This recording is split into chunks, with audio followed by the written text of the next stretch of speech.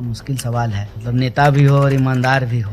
खर्चा पानी कैसे चलता है कन्हैया कुमार का? ये सवाल मुझे पूछा जाता है। कन्हैया कुमार ने उमर खालिद को धोखा क्यों दिया? मैं उमर खालिद को दोस्त बुलाऊं या नहीं, सहयोगी बोलूं? नहीं, बिल्कुल दोस्त बुलाइए। ओके, कन्हैया को ये समझ में आ गया कि एक तो हिंदू मुस्लिम ध्रुवीकरण हो रहा है, प्लस दोस्त का पुण्य नहीं चढ़ता, पाप जरूर चढ़ता है।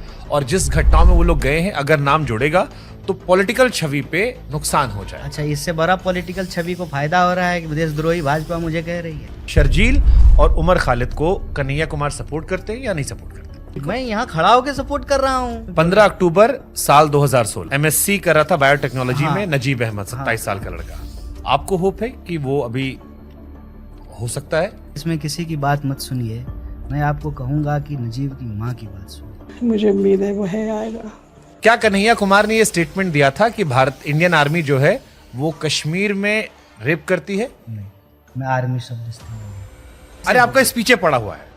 के खिलाफ बोलेंगे, हम सैनिकों का सम्मान करते हुए इस बात को बोलेंगे कि कश्मीर के अंदर महिलाओं का बलात्कार किया जाता है। सुरक्षा रेप के इंसिडेंट हैं और बलात्कार को एज ए जो है वॉर टूल इस्तेमाल किया गया है। एक यहाँ इंटरव्यू देख रहा था मैं आपका, आपने कहा आरएसएस के लोग आतंकवादी हैं। आरएसएस के जो मेंबर्स हैं उनको आप गाली दे रहे हो, आतंकवादी है वो इसलिए कि वो यही चाह रही थी, जैसा चाह रही थी हमने वैसा ही जवाब दिया। क्या कन्हैया कुमार पीके की तरफ जा सकते हैं? जहाँ तक कन्हैया कुमार जी का सवाल है, वो बिहार में कांग्रेस के सबसे प्रभावशाली नेताओं में है। जब एजेंसी वाले उठा के ले आते हैं तो कैसे पेश आते हैं, थोड़ा बताओ ना। मुझे नहीं पता था कि जो मेरे दोस्तों के गर्लफ्रेंड के नाम क्या है, वो बता रहे थे।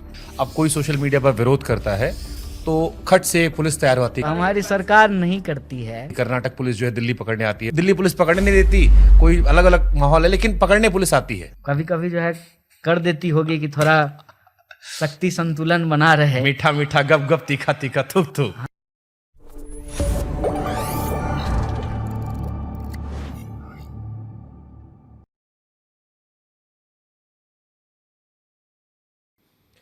किसी ने खूब कहा है कि जिस ओर जवानी चलती है उस ओर जमाना चलता है।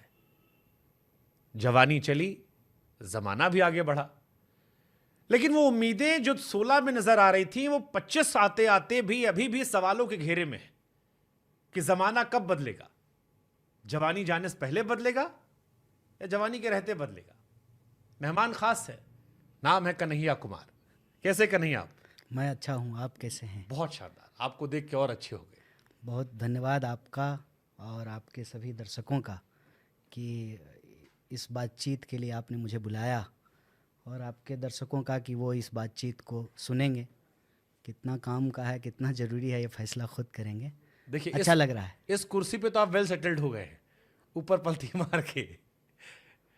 देखिए, कुर्सी तो हमारे हिसाब से एडजस्ट होगी नहीं, तो हम सोचे कि हम ही कुर्सी के हिसाब से एडजस्ट हो जाते हैं। लेकिन लोग इस कन्हैया पूछते हैं क्योंकि आपको हम सब ने सामने से बनते हुए देखा है।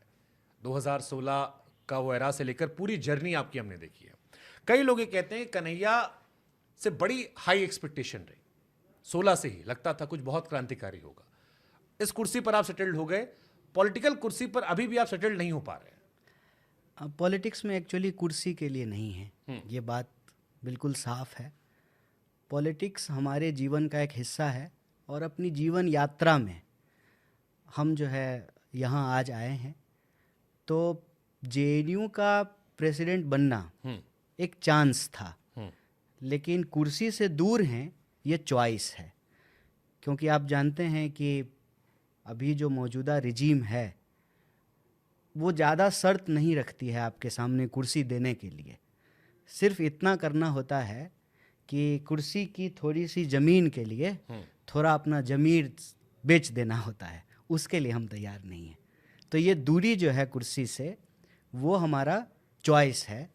और राजनीति हमारे जीवन में, हमारे जीवन जीने के तौर तरीकों में शामिल है। मतलब चॉइस एज इन, मतलब जैसे आपने चुनाव तो लड़ा, 2 बार लड़ा आपने, तो फिर चॉइस कैसे? मतलब मेरा राजनीति को लेकर के हमेशा से ये कहना है कि राजनीति व्यक्तिगत नहीं होनी चाहिए, और राजनीति व्यक्तिगत होती भी नहीं है।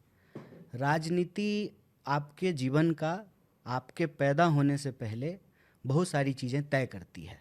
मसलन कि जब मैं अपनी माँ के गर्भ में था तो मुझे तो नहीं मालूम था ना कि मेरा जाति क्या होगा, मेरा धर्म क्या होगा, मेरा लिंग क्या होगा। ये तो एक महज संयोग है लेकिन इस देश में पैदा होते ही जो 3 प्रमुख चीज़ है, एक लिंग, जाति और धर्म, उस पर सबसे ज़्यादा राजनीति होती है। तो राजनीति आपके पैदा होने से पहले शुरू हो जाती है। दूसरा कि किसको पोलियो का टीका मिलेगा, किसको पोलियो का टीका नहीं मिलेगा, ये फैसला भी सरकारें करती हैं। हमारी माँ जब मैं गर्भ में था तो क्या खाना खाएंगी, उसका क्या न्यूट्रिशन वैल्यू होगा, ये जो है हमारे परिवार के औकात पे निर्भर करता है। तो राजनीति एक ऐसी चीज़ है ना जिसकी यात्रा आपके जन्म होने लेने से पहले शुरू हो जाती है। तो मैं इसको जब जीवन यात्रा के तौर पे लेता हूँ तो राजनीति में शामिल या राजनीति जिसको प्रभावित कर रही है, सिर्फ वो चंद लोग नहीं हैं जो कुर्सी पे बैठते हैं या कुर्सी पाने के लिए संघर्ष कर रहे होते हैं। हर वो व्यक्ति, चाहे अनचाहे, उसके जीवन के हर फैसले राजनीति के द्वारा लिए जाते हैं। जैसे आप ही आज यहाँ बैठे हुए हैं, इसमें राजनीति का एक बहुत बड़ा योगदान है। मसलन मान लीजिए कि आप कहीं पढ़ने के लिए गए होंगे तो वहाँ पे माहौल क्या होगा, वहाँ पे फीस क्या होगा, वहाँ पे जो है कौन सी चीज़ें पढ़ाई जाएंगी, कौन सी चीज़ें नहीं पढ़ाई जाएंगी, पढ़ करके जब आप बाहर निकलेंगे तो आपको कैसी नौकरियाँ मिलेंगी, ये सब नीतियों का निर्धारण राजनीति से होता है। तो राजनीति को मैं कभी भी व्यक्तिगत तौर पे नहीं देखता हूँ, ये एक सामूहिक फैसला है और ये जीवन यात्रा का एक महत्वपूर्ण हिस्सा है जिससे आपका जीवन प्रभावित होता है। तो चांस ये था कि मैं पढ़ने के लिए JNU गया था PhD करने के लिए, और PhD करके मुझे मास्टर बनना था, मुझे कॉलेज की नौकरी करनी थी। लेकिन चांस ये है कि आप जो सवाल बोलते हैं, करते हैं, लोगों से मिलते हैं, जुलते हैं, कुछ को आप प्रभावित करते हैं, कुछ से आप प्रभावित होते हैं। अरे कुछ मराठी लोगों से सुन करके हम मराठी सीख रहे थे, जैसे कि मला मराठी 8 9 इतना तो हम सीखे हैं उनके साथ, और कुछ वो हमारे साथ मिल करके हमसे भोजपुरी सीख रहे थे, मैथिली सीख रहे थे। तो आप एक दूसरे को प्रभावित करते हैं। फिर जो है आपके पॉलिटिकल डिसीजंस बनते हैं, आप सही गलत का फैसला करते हैं, आपका एक पक्ष बनता है। राजनीति में कोई निष्पक्ष नहीं होता है, निष्पक्ष होना भी एक राजनीति है, निष्पक्ष होना अपने आप में एक पक्ष है, तो इसका निर्धारण होता है। उसी प्रक्रिया में जो है चुनाव लड़े, चुनाव जीत गए, अच्छा 2 बार चुनाव हारे JNU में भी, उसके बाद तीसरा चुनाव जीते। तो जब चुनाव लड़ रहे थे तो इसलिए ये सोच के नहीं लड़ रहे थे कि किसी दिन जो है शुभांकर जी मिलेंगे और जो है उनसे पॉडकास्ट होगा। जीवन की यात्रा है, आज ये हो रही है। तो वहाँ लड़े, फिर रिजीम बदली थी, नई सरकार आई थी, सरकार को उंगली उठाने वाले लोग पसंद नहीं थे और उन्होंने मोहब्बत में जो है कहा कि कारावास का दर्शन कर लो। हालांकि कोई दिक्कत नहीं है, आराम से, हाँ कोई दिक्कत नहीं है। तो वहाँ चले गए, फिर आपने जो है आपके आराम से करके सवाल, हाँ आप जहाँ संस्थानों में होंगे, पूरा सेगमेंट हमने रखा हाँ, है, हाँ जहाँ संस्थानों में होंगे उन लोगों ने दिखाया, फिर ये हमारा चॉइस बन गया। अब राजनीति जो है ये चांस की बात नहीं है, ये चॉइस बन गया और हमने डिसाइड किया कि मास्टर तो बन नहीं पाए, तो जिस राजनीति का शिकार हुए हैं इस राजनीति को बदलने का अनवरत प्रयास किया जाएगा। उस प्रयास में कुर्सी मिले नहीं मिले, जो जगह मिल जाए, कम से कम हमारे पास सत्ता की विरासत नहीं है, स्वीकार है, संघर्ष की विरासत तो है।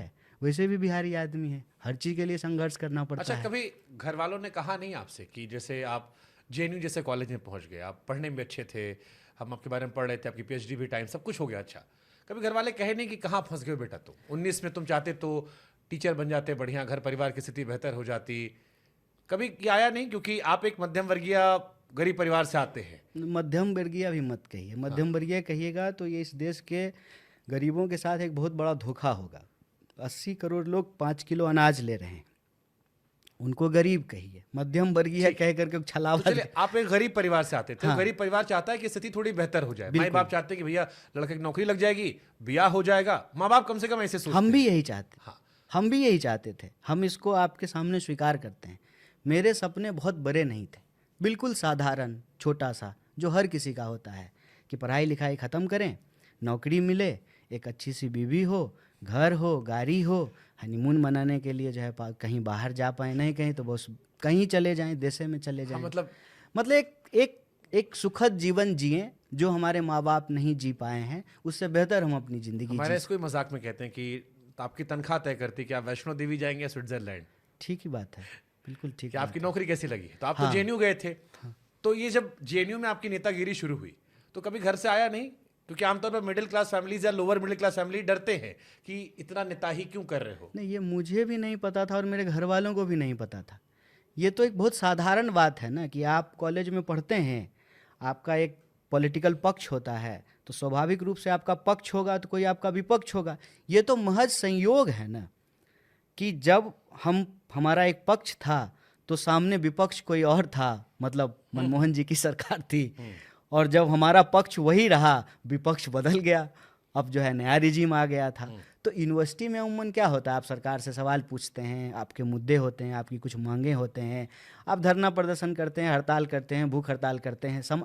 ये तो नहीं होता है ना कि कुछ स्टूडेंट को पकड़ करके जेल में डाल देंगे। ये बहुत, मतलब हम ये नहीं कह रहे हैं कि हुआ नहीं है, हुआ होगा इतिहास में, लेकिन ये अनप्रेसिडेंटेड है, ऐसा प्रेसिडेंस नहीं है। नेता लीडर सब समझते हैं कि अरे ठीक है, कॉलेज के बच्चे हैं, कुछ मांग रहे हैं, चलो कुछ दे दो, कुछ समझा दो। मतलब इतना बड़ा कोई नेशनल इंटरनेशनल डिबेट होने लगे देश में, ऐसा तो कोई नहीं समझते थे। तो जब तक जेल नहीं गए तब तक माँ बाप भी कुछ नहीं कहते थे, ठीक है। और जब जेल चले ही गए तो जब हम कह रहे हैं कि जो राजनीति हमारे साथ खेल की है उस राजनीति को बदलेंगे, तो ये संस्कार तो हमको उसी मिट्टी से आया है ना। ये संस्कार तो हमको हमारे घर परिवार और हमारे गांव और हमारे ज़िले से ही आया है ना। और आपको मैं एक मज़ेदार छोटी सी हिस्ट्री यहाँ बता देता हूँ। इंदिरा जी देश की प्रधानमंत्री थी और बेगूसराय का